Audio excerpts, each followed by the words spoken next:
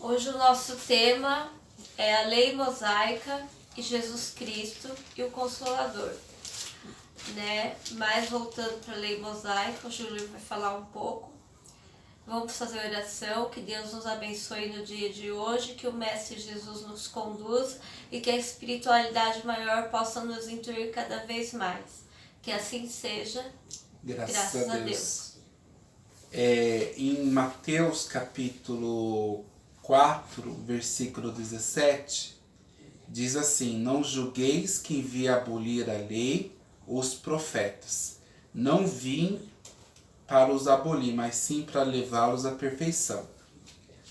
Moisés, que é um hebreu que nasce no momento de perseguição pelo faraó, que estava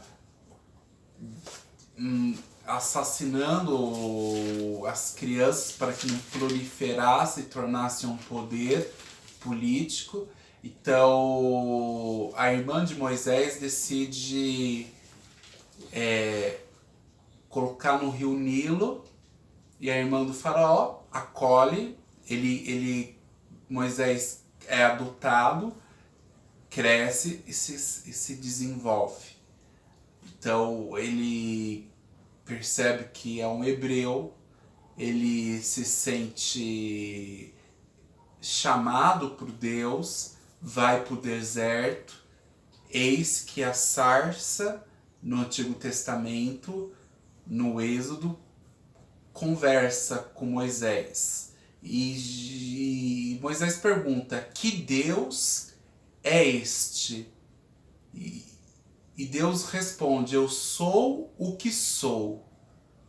E dá a diretriz para Moisés, mostrando o aspecto do povo eleito, com a dimensão para todos os povos, o Deus espiritual e material, porque os povos daquela época definiam Deus pela imagem visível da lua, do fogo, do sol. E com esse ensinamento de Moisés é conduzido, e com ele ele tem ajuda, porque Moisés era gago e consegue trazer o povo hebreu a os 40 anos de deserto. Então, no Monte Sinai, Moisés sobe, ele sobe 2, 3 vezes, porque o povo estava adorando um bezerro. E ele volta e Deus, bezerro de ouro, e escreve os mandamentos, que diz: amará o Deus, não esculpirá imagem nenhuma, como que eu disse. O povo adorava o fogo, o sol, a lua, tudo que era visível, só que Deus é imaterial, invisível. Então Moisés conduz o povo para a libertação do Mar Vermelho, que é um sentido importante, a libertação corporal do povo. E por fim, nessa passagem que Jesus diz que não veio abolir a lei, aperfeiçoá-lo, está querendo dizer que a lei de Moisés, do decálogo, de amar a Deus e ao próximo como a si mesmo, iria se manter com uma perfeição maior, porque não matarás, não cobiçarás, honrarás pais e mãe. Queria ser uma lei não só por um temor, como a lei de Moisés, por um amor profundo por Jesus Cristo. E no livro dos Espíritos, Allan Kardec pergunta pelos espíritos superiores: qual espírito guia na crosta terrestre? E eles dizem: Jesus é guia, que trouxe o amor de Deus, que é o Deus concreto aqui na Terra, que ele viveu o evangelho, não só é um legislador, como no seu coração mantém a lei do amor, da piedade. Como diz no Kardec, fora da caridade não há salvação, porque a ligação entre Deus é com o homem, que possamos amar a Deus por meio dos nossos semelhantes. Amai-vos uns aos outros, que nos mantém sempre ligado com o Pai Altíssimo pelo amor evangélico. E Moisés, ele não veio ao acaso. Deus colocou ele no palácio egípcio, né? Ele entrou assim como um príncipe. Ele teve acesso aos papiros egípcios, né? E isso influenciou muito na educação dele, no jeito dele agir, até no jeito dele escrever, porque ele teve acesso à leitura, ele estudou, ele foi criado como um príncipe, né? E assim, a lei mosaica, ela é baseada mais no temor. A lei de Cristo é baseada mais no amor, né? O Antigo Testamento personifica Moisés. O Novo Testamento personifica Jesus. O Espiritismo não vem destruir a lei cristã, mas cumpri-la. Não ensina nada ao contrário que Cristo ensinou. A ciência e a religião são duas alavancas para a inteligência humana. A moral, a espiritual e a material.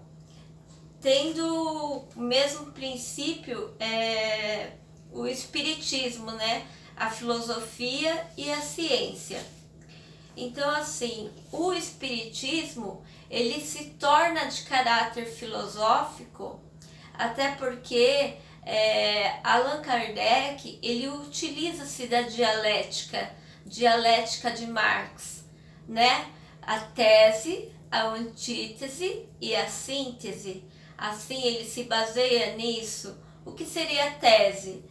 A tese é uma ideia que eu tenho, aí vem outra ideia, tipo assim, eu tenho a ideia que isso é um elástico, aí alguém vai provar que não é elástico, aí elas se convertem na dialética e sai a síntese, que é o resultado, né?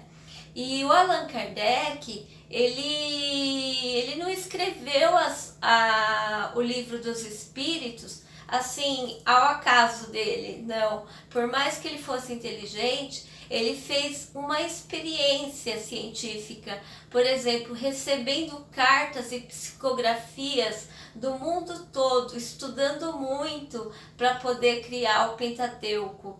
Ele recebeu cartas, ele fazia análise dessas cartas. Às vezes uma carta assim, digamos assim, um exemplo, da Austrália e uma carta dos Estados Unidos, elas vinham escritas com o mesmo conteúdo. Então Kardec foi fazendo um filtro daquelas mensagens que ele recebia, né? Pode falar, Júlio. No livro Há 2000 anos atrás, pelo espírito de Emmanuel, que diz que o profeta de Nazaré,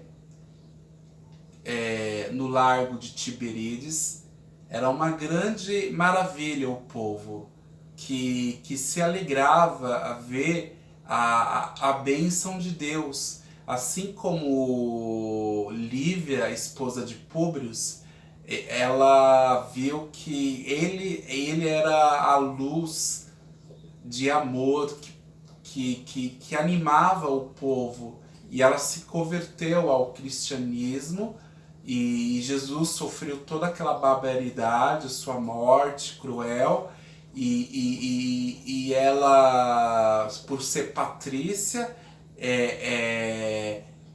foi pega num culto religioso e foi morta. E mostrando que Jesus é um espírito imortal, ele ressuscitou. Ele mostra dessa forma difícil pela dor, mas compensador pela ressurreição, de que ele não morreu. Ele mantém o seu amor, um legado da igreja, do centro, onde o amai-vos uns aos outros mantém vivo entre nós, da qual o nosso mestre está vivo. Em cada gesto, em cada carinho, em cada perdão, em reconhecimento que somos imperfeitos, que precisamos do amor de Cristo, de que Cristo vive dentro de nós, no nosso gesto de amor uns para com os outros. Tais mandamentos de Moisés foram dados e ensinados apropriadamente para aquele povo semi-selvagem. Então, era um mandamento mais de temor, porque ele precisava ter esse controle, porque o povo era semi-selvagem. Então, Jesus vem com o amor depois, né? Eu tenho aqui 2 filósofos aqui interessantes. René Descartes, 1596 a 1650. René Descartes fala que o homem nasce com o inatismo, né? Inatismo é que já vem alguma coisa com ele. Aí John Locke, de 1632 a 1704, fala que o homem é uma tábula rasa. E aí, eu te pergunto, o homem ele já vem com ideias inatas ou ele é uma tábula rasa? Eu acho que os dois se complementam. O homem, ele vem com características da encarnação passada, algumas características, e são até mais vistas nas crianças até a idade de 7 anos. Até 7 anos ela carrega muito algumas características da vida passada. E eu digo que os dois se complementam porque o René Descartes ele fala das ideias inatas que já nascem com o ser humano. E o John Locke fala que a criança é uma tábula rasa, o adulto é uma tábula rasa que vai precisar do empirismo, que é a experiência, o empirismo que vai ajudar ele no seu desenvolver. Eu acredito que nós viemos com ideias inatas e somos uma tábula rasa, porque senão não faria sentido a reencarnação, porque a reencarnação ela faz sentido quando nós temos as experiências novas e nós trouxemos alguma coisa dentro de nós também que são intrínsecas, não é verdade? Então nós temos o livre-arbítrio de decidir os nossos caminhos através do empirismo, da família que você nasceu, da família que você está se desenvolvendo, da família que te criou. Então, essas duas teorias, na minha opinião, elas se complementam. E falando um pouquinho do bezerro de ouro, todos nós, às vezes, temos um bezerro de ouro, né? E isso não é muito bom também, porque é a vida material. Tipo assim, é lógico, né? Se alguém vier na minha geladeira e riscar, eu vou ficar meio chateada, né? Mas tipo, ou um carro, é impecável, é intocável aquele carro. Então a gente não pode ter um bezerro de ouro assim. A gente tem que viver a vida, mas não ter um bezerro de ouro. Porque o bezerro de ouro seria adoração, não só ao bezerro de ouro. Por exemplo, eu tenho um açucareiro aqui. Se alguém quebrar meu açucareiro, eu vou ficar maluca. Eu vou gritar, eu vou surtar. Não, não é um bezerro de ouro. Entendeu? A gente tem que haver soluções. Oração final. Oração final. Que o Mestre Jesus esteja presente entre nós, que nós possamos prosseguir nos nossos estudos e que todos sejam abençoados essa semana e que possamos continuar trazendo alguma coisa que seja pertinente a vocês. Que assim seja. Graças a Deus.